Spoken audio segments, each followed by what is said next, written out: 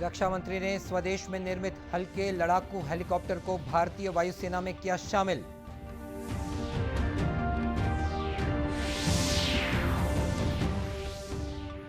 बिलासा देवी केवट हवाई अड्डा चकरभाटा से बिलासपुर इंदौर बिलासपुर विमान सेवा शुरू।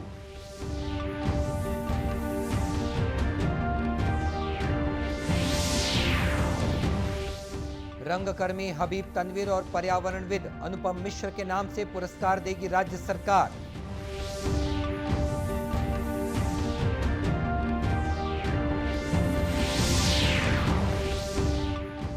और आज महाअष्टमी पर देवी मंदिरों में किया जा रहा है विशेष हवन पूजन।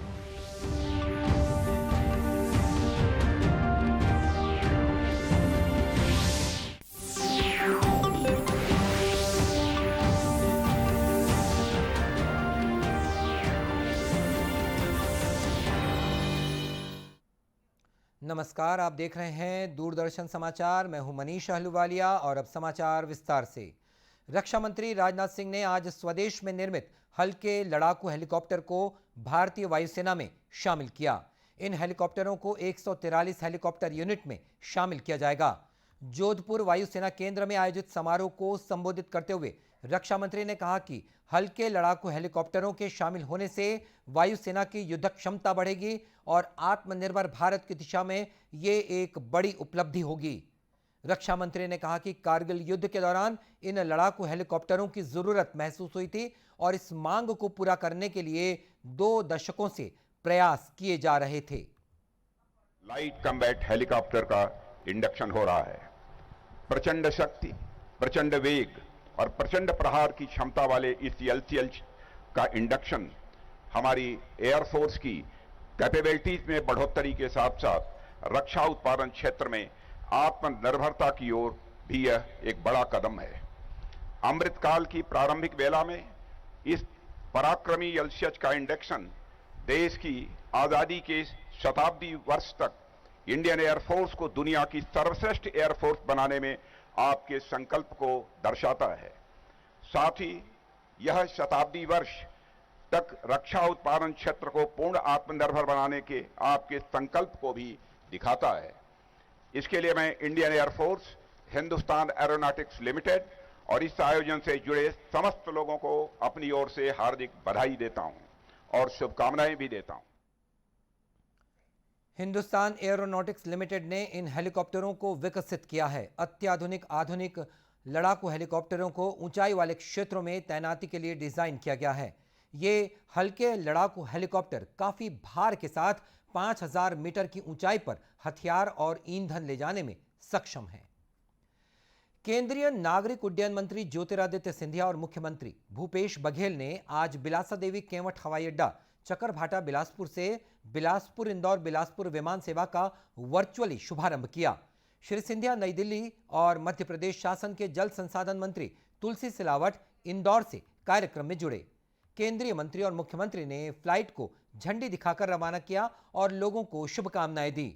इस अवसर पर केंद्रीय मंत्री ज्योतिरादित्य सिंधिया ने कार्यक्रम की अध्यक्षता करते हुए कहा कि केंद्र सरकार छत्तीसगढ़ में विमानन सेवाओं के विस्तार के लिए हर संभव मदद देने के लिए तत्पर है। मुझे इस बात की बड़ी खुशी है आज कि जिस राज्य का एक ऐतिहासिक संबंध सदैव एक पारिवारिक संबंध मेरे परिवार का सदैव रहा है, एक संयुक्त राज्य होता था मध्य प्रदेश और छत्तीसगढ़, आज 2 राज्यों के रूप में प्रगतिशील भारत का केंद्र की क्षमता ये दोनों राज्य रखती हैं। इन दोनों राज्यों को जोड़ने का एक सुखद प्रयास की शुरुआत आज हो रही है। बिलासपुर छत्तीसगढ़ की न्यायधानी है, उच्च न्यायालय बिलासपुर है और जैसे मेरे पूर्व वक्ताओं ने कहा, बिलासपुर की इतनी अद्वितीय क्षमता है, केवल न्यायालय और न्यायधानी के आधार पर नहीं, पर ऊर्जा का केंद्र है। 10,000 मेगावाट का विद्युत का उत्पादन बिलासपुर से होता है। और करीब 50,000 मेगावाट की अतिरिक्त ऊर्जा के संयंत्र आने वाले सालों में बिलासपुर में लगने वाली है। सबसे ज्यादा चावल का उत्पादन मेरे बिलासपुर से होता है और ये अतिशयोक्ति नहीं होगी अगर मैं कहूं कि दोनों धान और धन का कटोरा के रूप में बिलासपुर उभर रहा है। करीब 500 धान और दाल के मिलें यहां हैं। साउथ ईस्टर्न कोलफील्ड्स की संयंत्र यहां है। साउथ ईस्टर्न सेंट्रल रेलवे का ये मुख्यालय है। इस अवसर पर मुख्यमंत्री भूपेश बघेल ने कहा कि राज्य सरकार विमान सेवाओं के विस्तार के लिए हर संभव प्रयास कर रही है। उन्होंने बिलासपुर से अन्य बड़े शहरों के लिए और स्वामी विवेकानंद विमानतल रायपुर से अंतर्राष्ट्रीय विमान सेवा शुरू करने का आग्रह किया। इसे आज से शुरू हुआ है, मैं उसके लिए बधाई देता हूं। राज्य सरकार के द्वारा बिलासपुर एयरपोर्ट के विकास एवं इसे क्रियाशील बनाने हेतु अब तक 25 करोड़ रुपये व्यय किया गया है। एयरपोर्ट से बढ़ते हुए विमान सेवा एवं यात्रियों की संख्या को देखते हुए वर्तमान टर्मिनल की क्षमता के विस्तार हेतु 1 करोड़ 90 लाख के कार्य की स्वीकृति दी जा रही है। एयरपोर्ट को 3C IFR मानक अनुसार तैयार करने, यहाँ नाइट लैंडिंग की सुविधा के विकास के लिए 22 करोड़ के कार्यों की स्वीकृति की जा रही है। इसी सप्ताह वो राशि विमुक्त किया जाएगा और एयरपोर्ट में विमान के सुगम संचालन हेतु PBN नेविगेशन प्रणाली की स्थापना के लिए भारतीय विमानपत्तन को राज्य शासन द्वारा राशि का भुगतान किया गया। उल्लेखनीय है कि वर्तमान में बिलासपुर एयरपोर्ट से बिलासपुर भोपाल नियमित विमान सेवा संचालित की जा रही है। बिलासपुर एयरपोर्ट को 4 CVFR श्रेणी में करने की योजना पर भी काम जारी है। प्रसिद्ध रंगकर्मी हबीब तनवीर और पर्यावरणविद अनुपम मिश्र के नाम से पुरस्कार प्रदान किया जाएगा। राज्य सरकार वाटर रिचार्जिंग के क्षेत्र में बेहतर काम करने वाले व्यक्ति या संस्था को अनुपम मिश्र पुरस्कार देगी। मुख्यमंत्री भूपेश बघेल ने गांधी जयंती के अवसर पर रायपुर के शहीद स्मारक भवन में गांधी युवा और नए भारत की चुनौतियां इस विषय पर आयोजित कार्यक्रम में घोषणा की। इस अवसर पर मुख्यमंत्री ने कहा कि महात्मा गांधी ने अपने जीवन काल में जिन चीजों का प्रयोग किया वे सभी वर्धा में स्थित मगन संग्रहालय में रखी गई हैं। गांधी जी ने स्वावलंबन, प्रेम, सत्य, अहिंसा का रास्ता दिखाया और आजादी दिलवाई। मुख्यमंत्री ने युवाओं से कहा कि अपना समय और ऊर्जा नए विचारों और कामों के लिए खर्च करें। गांधी जी चाहते थे कि युवा आत्मनिर्भर बने, स्वावलंबी बने, आगे बढ़ें। इन्हीं विचारों को लेकर गांधी जी भी आगे बढ़े। नवरात्रि का आज 8वां दिन है। महाअष्टमी आज का दिन मनाया जा रहा है। देश के विभिन्न हिस्सों में धार्मिक उत्साह के साथ महाअष्टमी आज मनाई जा रही है। परंपरागत रूप से नवरात्रि का त्यौहार 9 दिनों तक मनाया जाता है। आज महाअष्टमी के दिन कई जगह कन्या पूजन भी किया जाता है। प्रधानमंत्री नरेंद्र मोदी ने महाअष्टमी के पावन अवसर पर लोगों को बधाई दी है। श्री मोदी ने एक ट्वीट में कहा है कि मां महागौरी सभी के जीवन में समृद्धि और सफलता लाए। उन्होंने अपने ट्विटर हैंडल पर मां महागौरी की स्तुति का पाठ भी साझा किया है। इधर छत्तीसगढ़ में भी महाअष्टमी के अवसर पर देवी मंदिरों में विशेष पूजा अर्चना की गई। मां बमलेश्वरी मंदिर डोंगरगढ़, चंद्रहासिनी देवी मंदिर चंद्रपुर, महामाया मंदिर रतनपुर सहित विभिन्न शक्तिपीठों में श्रद्धालुओं का तांता लगा हुआ है। राजधानी रायपुर स्थित देवी मंदिरों में भी सुबह से ही श्रद्धालुओं की भीड़ देखी जा रही है। वहीं नवरात्र पर जगह जगह गरबों का आयोजन भी किया जा रहा है। छत्तीसगढ़ राज्य बाल कल्याण परिषद द्वारा सप्रेशाला परिसर में गरबा का आयोजन किया गया। इसमें दिव्यांग बच्चों ने विशेष अंदाज में गरबे की प्रस्तुति दी।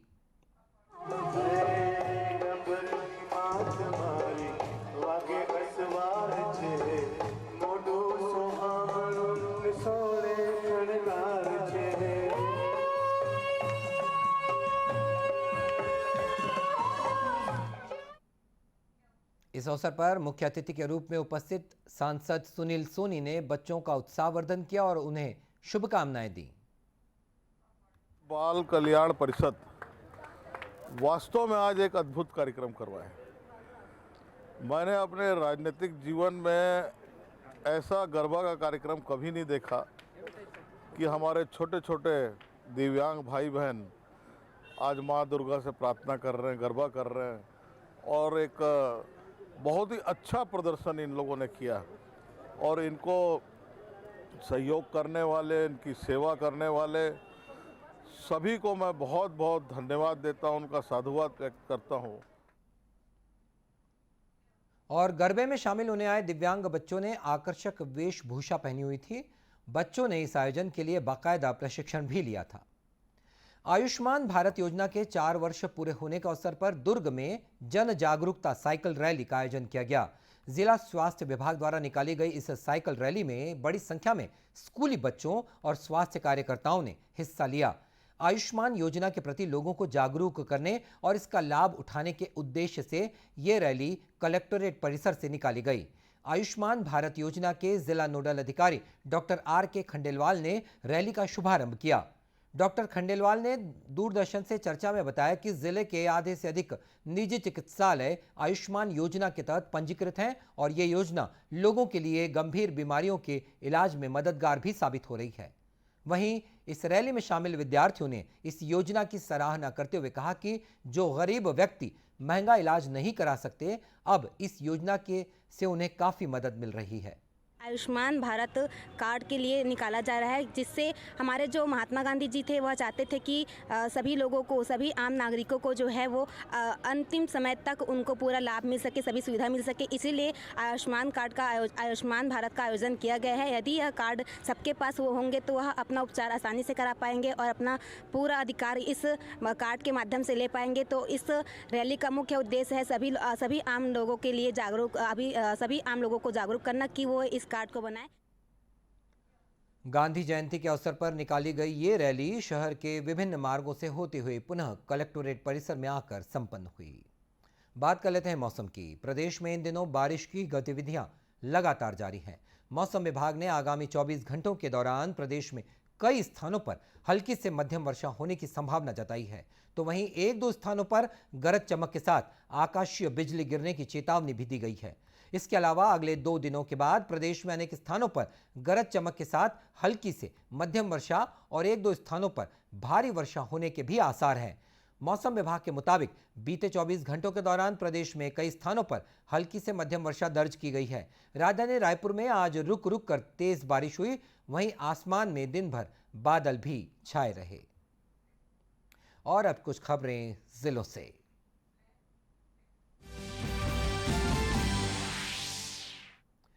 मुख्यमंत्री भूपेश बघेल ने गांधी जयंती के अवसर पर Mahatma Gandhi rural industrial park योजना का शुभारंभ किया।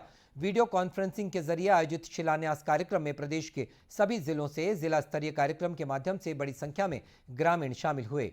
कोरिया जिले के बैकुंठपुर विकासखंड स्थित आनी गौठान में जिला स्तरीय कार्यक्रम का आयोजन किया गया। इस अवसर पर संसदीय सचिव अंबिका सिंहदेव और कलेक्टर कुलदीप शर्मा सहित अन्य लोग मौजूद थे।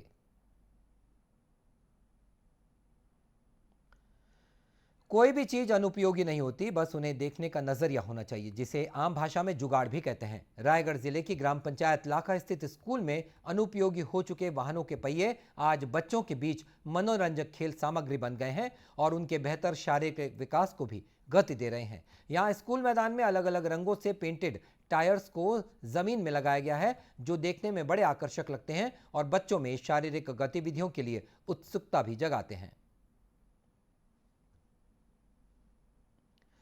गांधी जयंती के अवसर पर जिला विधिक सेवा प्राधिकरण रायपुर द्वारा केंद्रीय जेल रायपुर में जागरूकता शिविर, जेल निरीक्षण और पौधरोपण कार्यक्रम का आयोजन किया गया। इस मौके पर जिला विधिक सेवा प्राधिकरण के सामाजिक संस्था MKG फाउंडेशन द्वारा बंदियों को निःशुल्क टी-शर्ट, महिला बंदियों को सैनिटरी पैड और उनके बच्चों को स्लेट पेंसिल का किट दिया गया।